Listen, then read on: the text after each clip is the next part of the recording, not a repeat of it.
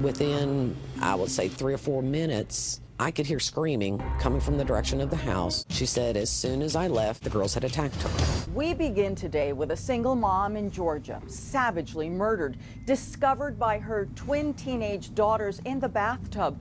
And the clues will lead detectives to the most surprising places of all. Discovered? No, I don't think so. The tragic end for Nikki Whitehead was the last chapter in a troubled, difficult life. She was literally born in prison, her mother doing time for drug possession. Nikki was raised by her grandmother, who had a tough time keeping her on the straight and narrow. She didn't have what you call a curfew. Nikki was able to come and go as she pretty much pleased. And at only 17 years old, Nikki ended up pregnant with twins. She named them Tasmia and Jasmia. For 12 years, the trio lived with Nikki's grandmother. But Nikki dreamed of giving her daughters a better life. Nikki worked hard, and eventually the three moved about 20 miles away to Conyers, Georgia.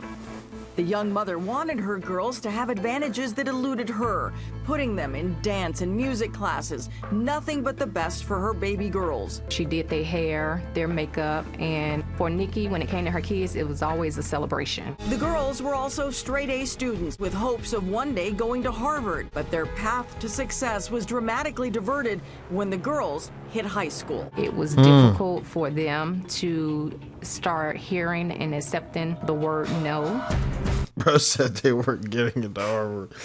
Hey, bro, they might not have been, bro. They probably got straight A's because they was cheating on some shit. Teenage Taz and Jazz bitterly resented their mother's discipline. The rage boiled over when Nikki took away Taz's cell phone. See, this is why they need dads in the household, man. That's why they ain't gonna test their father, because, hey. I'm not gonna say nothing anyway. When she let it be known that you're 14, you can't talk to 17-year-old guys, and you can't be on the phone at a certain time, and you can't stay out or whatnot, that's when I think it became a battle. Conyers 911, where's your emergency? Just listen to this frantic 911 call when she discovered Jazz had snuck out in the middle of the night to meet her boyfriend. I just woke up and my daughter's gone at the house. Oh, nah. Oh, Lord, 13. 13? Sweet and obedient girls suddenly morphed into two twin terrors. 13? What the fuck? How old was her boyfriend? Myra Scruggs responded to a call from Nikki after yet another blowout. I talked with the girls at great length, trying to figure out what was going on. I actually went in the bedroom. Respectfully, shorty look rough as hell, bro. She look like a nigga. Responded to a call from Nikki. Respectfully, of course. Blowout. I actually went in the bedroom with the girls. Had a closet full of beautiful name brand clothes, beautiful shoes. Their hair was immaculate. I mean, these girls really had a good home. At the time, the twins told Officer Scruggs they didn't want to live with their mother and insisted on moving back with their great-grandmother, where the rules were relaxed. Nikki said they wanted their way, and it just wasn't going to happen. But after interviewing Nikki, Taz, and Jazz, Scruggs says she had an unsettling feeling. The girls seemed very innocent, very sweet, but the look in Nikki's face, she was fearful of those children. She knew that they worked together. After a few hours, everything appeared to have calmed down. The girls were just ready to go to bed, and maybe we'll just call, their great-grandmother tomorrow and we can go see her. And they left it like it was all okay. But Officer Scruggs had a gnawing feeling that something just wasn't right. Instead of leaving the subdivision, she stayed close. Within, I would say, 3 or 4 minutes, I could hear screaming coming from the direction of the house. Both of them jumped on her, and the two of them began to beat her. They was beating her. They was beating her ass? Oh, nah. Holy shit. Away and calls 911 again. Officer Scruggs rushed back to the house. Nikki's running out of the house with the cordless phone in her hand, hysterical. She said as soon as I left, the girls had attacked her. Taz and Jazz tell an entirely different story. The twins. Hey, bro. Hey, you gonna joke with me when I say I'm scared of women, bro. This is why. They'll seem all cute and innocent and shit, and then once they're behind closed doors, they'll rip the talons out. They bring out the claws and shit, bro. They turn into demons, and they go, what the fuck? That once they went back in the house after we left, that their mother became abusive with them, told them that they were not going anywhere, and started to beat them. Shut that shit up, bitch. Officer Scruggs said the physical evidence clearly showed Nikki was the victim. She had scratches on her neck, scratches on her chest, and she was hysterical. The girls, on the other hand, had no marks on them, no indication that really they had been in any kind of an altercation. Talking with them, I didn't believe a thing that the girls had said. Hey, welcome to my world. What the fuck is you talking about? Welcome to my world. You don't believe a single fucking thing out of a girl's mouth. Oh, those girls' mouth. My fault. I'm sorry. My bad. Even more disturbing, she recalls the girls' eerie calm after the attack. I mean, the girls sound like entitled little a-holes. Don't they just sound like regular girls? Maybe that's just the bitches I'm dealing with. I don't know. It sounds like some regular shit to me. Not the attacking shit. I ain't no bitch crazy enough to attack me, but still though. Two strangers, and there would have been more emotion shown. This time, Taz and Jazz are taken into custody and charged. Hey, you said it, not me. The two are in and out of court, ordered along with their mother to undergo counseling. But in fact, a previous court order had actually forced the twins and their mom to live together for a trial period. Yikes. It was a living hell for her, only because the kids did not want to be back with her. Most family members chalked up all the resentment from mom to a rebellious teenage phase. But the early spats were nothing compared to the last time cops are called to the house. The girls in absolute panic. As I was pulling out to get to the gate, the young lady stopped me saying someone had killed her mother. Oh, hell nah. Hey, but one of them twins look kind of fine though. Is this nigga serious? I hate that, bro. She would have got my ass, bro. It was late in the day. She would have got me, bro. When Taz and Jazz returned home to find a horrifying scene.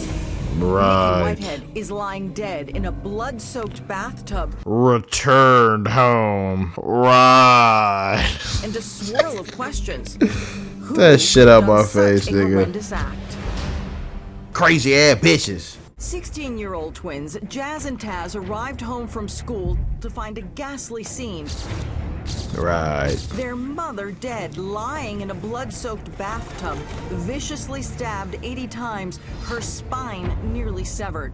Are you fucking serious right now? Cops immediately take the twins in, mostly to console their grief. Oh, hell no. What the fuck? Investigators carefully my navigate mama, the what the situation, hell? but they need answers. These fucking psychopaths. When I walked in the front door, it was the first time I'd ever been on something as horrific as that. You walked in and what happened? To the kitchen and put my stuff down. And I seen the blood all in there on the floor. And I went in there and I seen her. On the surface, it seemed almost unlikely that two young girls could be suspected of such brutal... Man, listen, bro. That's why I don't trust women nowadays. Because a lot of women, they ain't gonna do some shit to you like that. They gonna backdoor your ass. They gonna have their mans line you up. Oh, yeah. These hoes is greasy. violence. And police soon heard something eyebrow-raising about Nikki directly from Jazz and Taz. Nikki was dating two different men. She lived with Robert, and she also had a boyfriend named Joe. The twins had indicated that Robert had overheard her speaking to the other boyfriend on the phone and indicated that Robert had confronted Nikki about the infidelity. At first, cops wondered if a love triangle may have led to Nikki's demise. But they were also too perplexed about the odd behavior of Jazz and Taz. In the back of the ambulance, we saw one of the twins bite her arm. We stopped her and asked her, hey, what are you doing? And she explained that she does that when she gets upset. Inside the interrogation room, Taz can be seen on surveillance camera rocking back and forth, comforting each other, and even sharing a kiss. Then, a startling comment takes Detective Ken Swift completely off guard. These two girls were hugging each other. And when I said, what can I do to make this easier for you? They turned and looked at me and they said, can we watch CSI? Nah, what the fuck, nigga? Hairs on the back of my neck stood straight up. Essentially, it was right then, and it was like something was very, very off. CSI? Cops noticed something even more suspicious. They would cry a lot, but it was tearless crying. When I would ask them to describe their mother, they were very insulting of their mother. During the interview, detectives... Oh my God, bro. How fucking stupid do you have to be to kill your own mother and then you won't even at least try to like make it seem like you liked her so it throws the heat off of you? Oh, she was so kind and loving. She could have been the most mean, cold-hearted bitch you ever met in your life. Bitch, you better fucking lie if you're trying to get away with the shit. Like, what the fuck is wrong with you? Oh my God, bro. observed the twins This bitch is still retarded. wearing gloves. Let me see your hand. You're caught! Holy fuck, you're caught. You're caught. What happened here? I got into a fight. Cap. As they weaved their story, back at the bloody crime scene, investigators uncovered physical evidence. The sinks were completely clean and white. We found shoes in the back of their closet that had blood on it. And in Taz...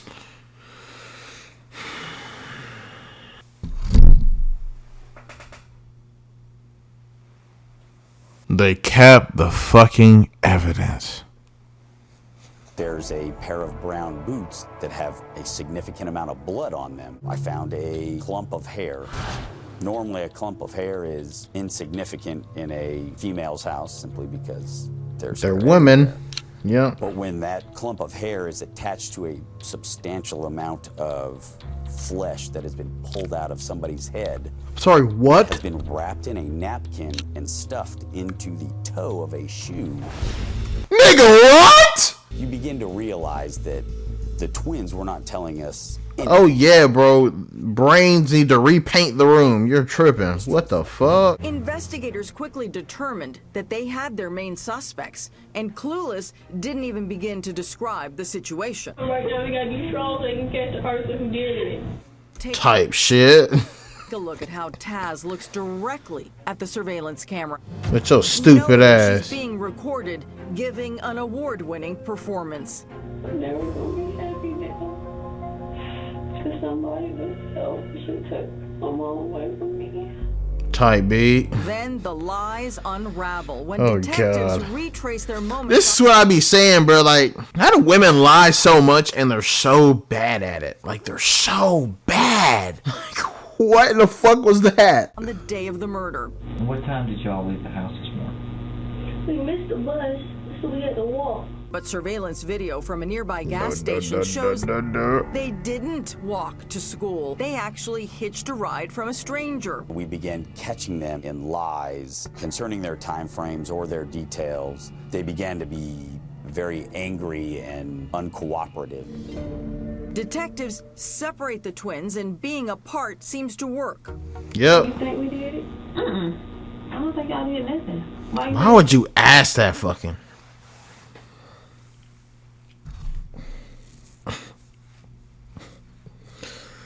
Oh my God, bro. There have been times my parents have almost caught me doing some shit. Like, they was like right there, like, oh, they almost caught my ass. And all you do is deny, deny, deny. What can they do, bro? They have nothing else. I mean, that's not the case here, but still, like, assumedly that would be the case. You would think you did all the right things, you hit all the right shit. Why the fuck would you ask that stupid ass question? Because it seemed like it. Who said that? Well, it just seemed like how y'all was questioning us, and so it just seemed like y'all think we did it.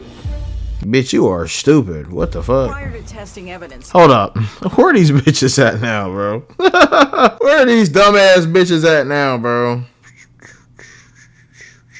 Damn. Look at her ass. She is older than a motherfucker, boy. Good God.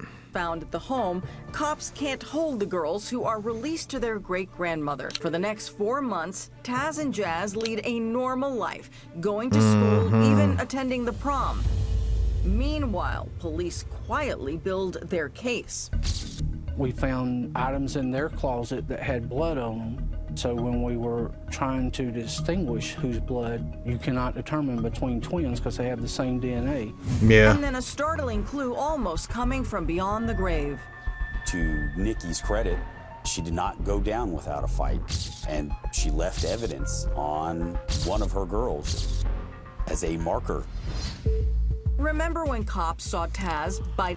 Oh. That's so fucking stupid. Your dental records would be different.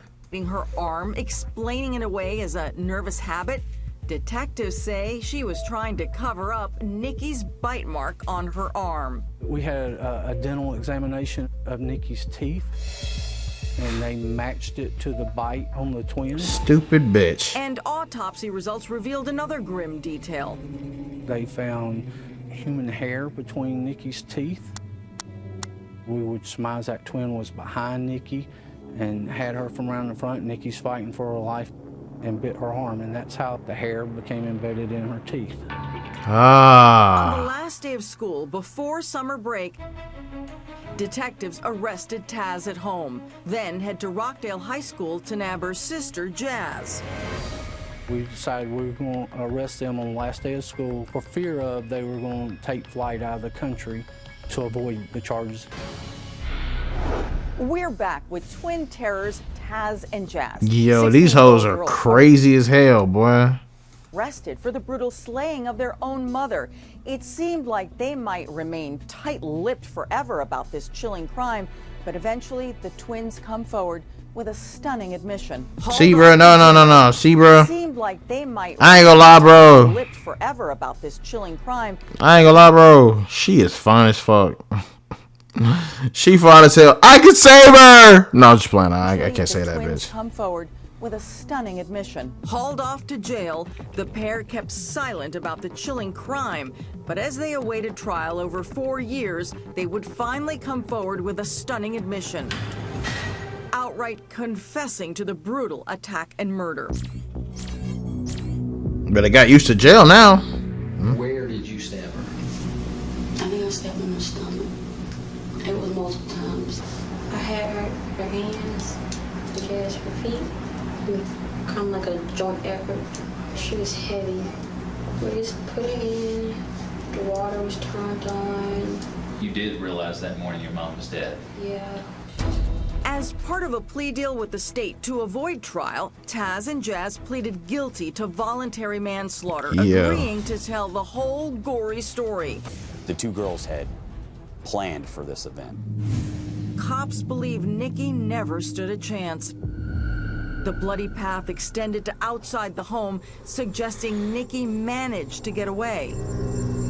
At some point, Nikki escaped, made it to that house next door. When we interviewed that resident, he recalled someone yelling, and he heard someone ring his doorbell. He was in bed at the time, and he didn't get up to go investigate. This fucking dickhead. We could see where Nikki's bare feet exited and re-entered through that door in blood. We would surmise from putting all the crime scene together that she was pulled back into the house where the attack resumed. In the house, the girls smashed their mother over the head with a pot, stabbed her with a kitchen knife, choked her with a ribbon of a medal, and then dragged her body into the tub where they left her there to die. What does she say when she's in the tub? Kill me now. I'll kill y'all. But what happened then? She went under a couple times, and that was it. By their account, they were up to 2 or 3 o'clock in the morning. They didn't want to get up when they were awakened to go to school for by their mother. And I think that's what sparked the attack, the confrontation, and that they killed their mother. And then they spent a couple of hours fabricating parts of the crime. What? And cleaning it up. And then they went to school so that they would have an alibi. This was an act of rage. Jazz and Taz were sentenced to 30 years in prison, and since they've been behind bars, Jazz traded in her jailhouse jumpsuit for a different uniform, at least for a day. She's graduated high school and even served as class valedictorian.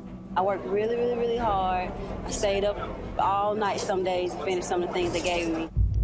But underneath that proud smile is a cold-blooded killer, part of an evil duo who killed the very woman who gave them life. That shit crazy. The last few moments of life had to be horrible. That she was being murdered by her own daughters. That's insane.